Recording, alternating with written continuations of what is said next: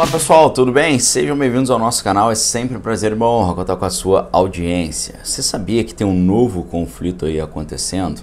E esse conflito aí ninguém está entendendo exatamente o que está por trás, e ele pode trazer uma mudança total na dinâmica dos jogos de poder por aqui.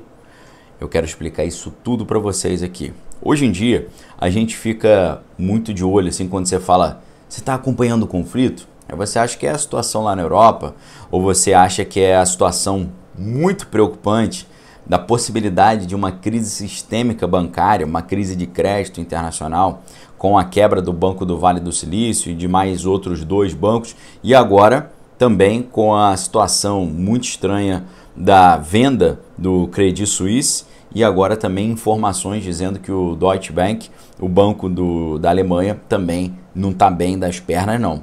Isso aí preocupa demais. Só que tem uma outra batalha aí, um outro conflito aqui dentro que está trazendo muita preocupação. Pode ser que daqui a pouco, na semana que vem, ele seja resolvido, a máquina fique muito bem azeitada, funcionando bonitinho, mas pode ser que o negócio não termine tão bem assim não, tá? Isso porque no cenário midiático a gente não tem visto um grande destaque para isso, inclusive muitas vezes que esse assunto é abordado, ele é abordado de forma en passant, ele é abordado de forma superficial, sem mostrar em profundidade as coisas que estão ali em jogo, tá?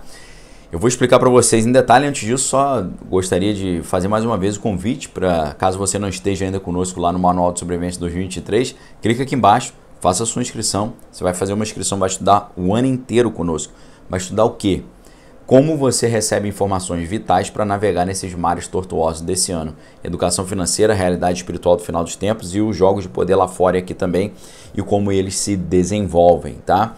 Atualização semanal, lá a gente não tem as limitações de tempo e de conteúdo que temos aqui, então vale muito a pena, muita gente chegando. Primeiro link aqui embaixo, vem estar conosco, tá bom?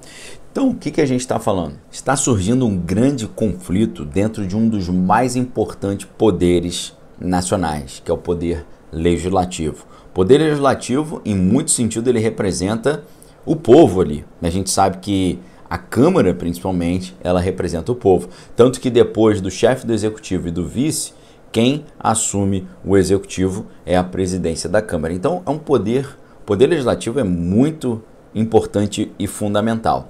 Só que nós sabemos que o poder legislativo ele é dividido em Câmara e Senado. E existe agora dentro desse poder uma enorme disputa que a maioria das pessoas ainda não entendeu por que existe esse conflito e como ele está se desenrolando, tá? Isso porque no cenário midiático eles não explicaram ainda com profundidade o que realmente está acontecendo, mas está assim uma pancadaria generalizada.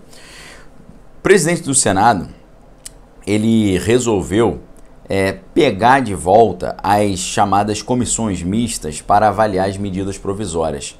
Assim, ele acabou retirando o poder do líder da Câmara de controlar as pautas através de uma nova modalidade de rito ali que foi instituída na época da crise sanitária. Ou seja, o Senado está tentando voltar ao sistema antigo antes da crise sanitária e isso retiraria muito poder da Câmara.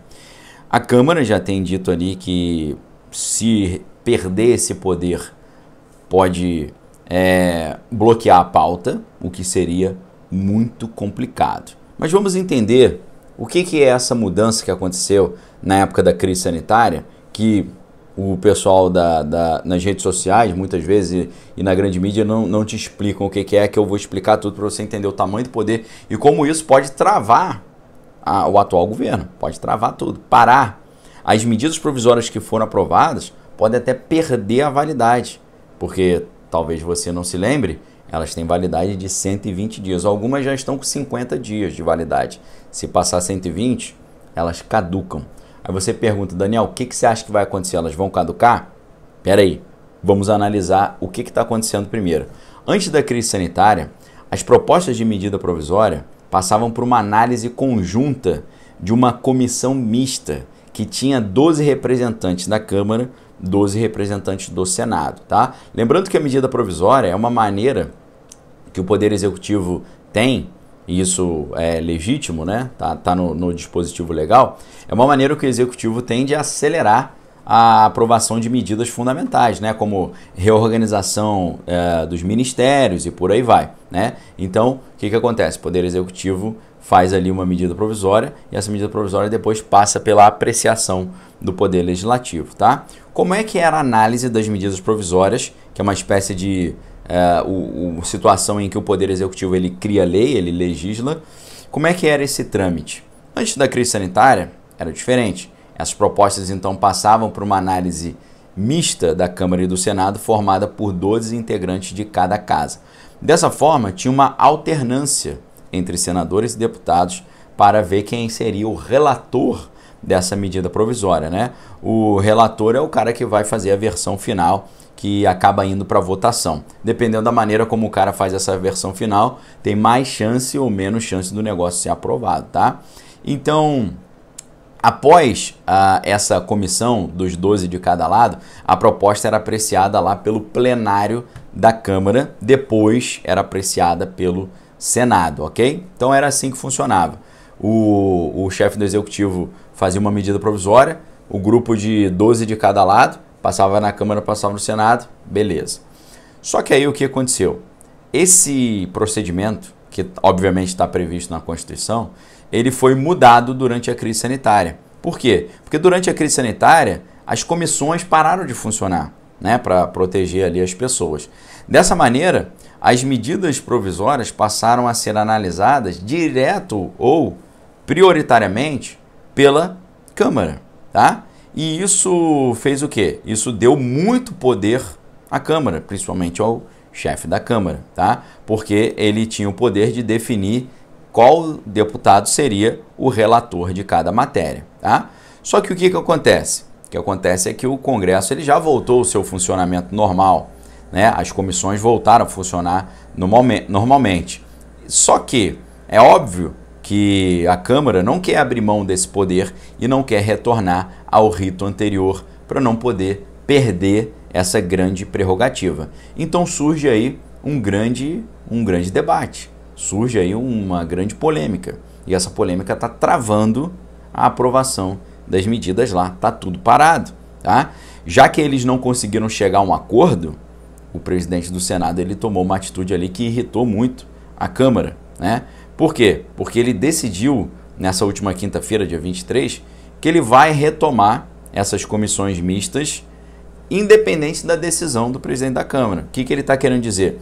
Eu vou voltar a fazer o que a Constituição disse que tinha que fazer e vou encerrar essa mudança que surgiu no meio da crise sanitária. Só que aí o presidente da Câmara ele falou, ó, se fizer isso eu vou travar as pautas, tá? Não vou aprovar nada, vai ficar tudo parado. E aí, pessoal, como é que fica? Tá? É um negócio complicado. De um lado, o presidente da Câmara está dizendo que ele está com a Câmara toda apoiando ele e que, inclusive, lideranças da atual gestão estão apoiando e tal.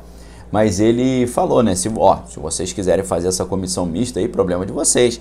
Vocês vão ter que negociar com 24, 36, 48 membros e vão ter também a possibilidade dessas medidas elas caírem no plenário da Câmara e tal, e ter o negócio ficar meio travado, tá? Agora, isso é um sinal de que a máquina não está azeitada ainda, de que ela não está redondinha ainda. Alguns especialistas estão dizendo que essa dificuldade toda está mostrando o obstáculo que o novo governo está tendo no Congresso, tá? Não estão conseguindo, por exemplo, mediar esse tipo de acordo. Como até agora não houve ainda votações importantes lá no Congresso, a nova gestão, o Executivo, não conseguiu ainda testar o tamanho real da sua base e a força que vai ter para aprovar coisas importantíssimas.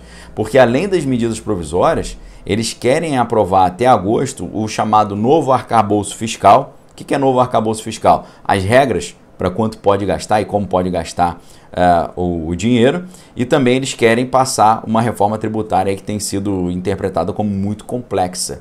Então tem que resolver esse impasse, não só para destravar a pauta, mas para testar essa base também, para ver se as votações importantes terão chance de irem para frente ou não, tá?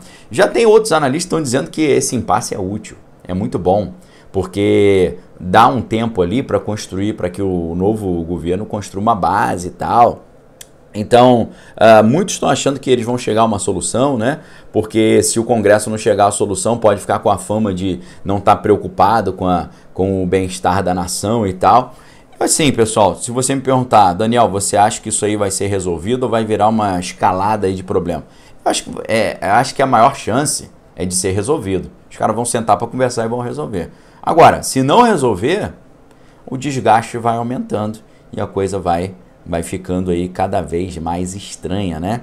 Porque a gente tem essa questão das declarações aí que tem gerado muita polêmica, o mercado já com uma desconfiança cada vez maior, uma economia caminhando para um cenário aí praticamente já de recessão e agora também essa grande crise aí no parlamento. Então o negócio vai ficando estranho, isso só olhando o cenário interno. Quando a gente olha o cenário externo que está estranhíssimo também, a coisa vai ficando mais preocupante ainda. A pergunta que eu faço é, você acha que eles vão chegar num acordo ou o angu vai azedar geral aí, vão achar caroço nesse angu aí? O que você acha? Coloque sua opinião aqui embaixo. Forte abraço, fique com Deus, amém, todas as coisas tem que é bom. E fica aqui o convite para você estar conosco, Manual de Sobrevivência 2023, primeiro link aqui embaixo, você vai fazer uma inscrição, vai estudar um ano inteiro, informações vitais para você conseguir contornar todos os obstáculos desse estranho ano 2023, ok? Obrigado pela audiência, fique com Deus, amém, todas as coisas tem que é bom. Valeu!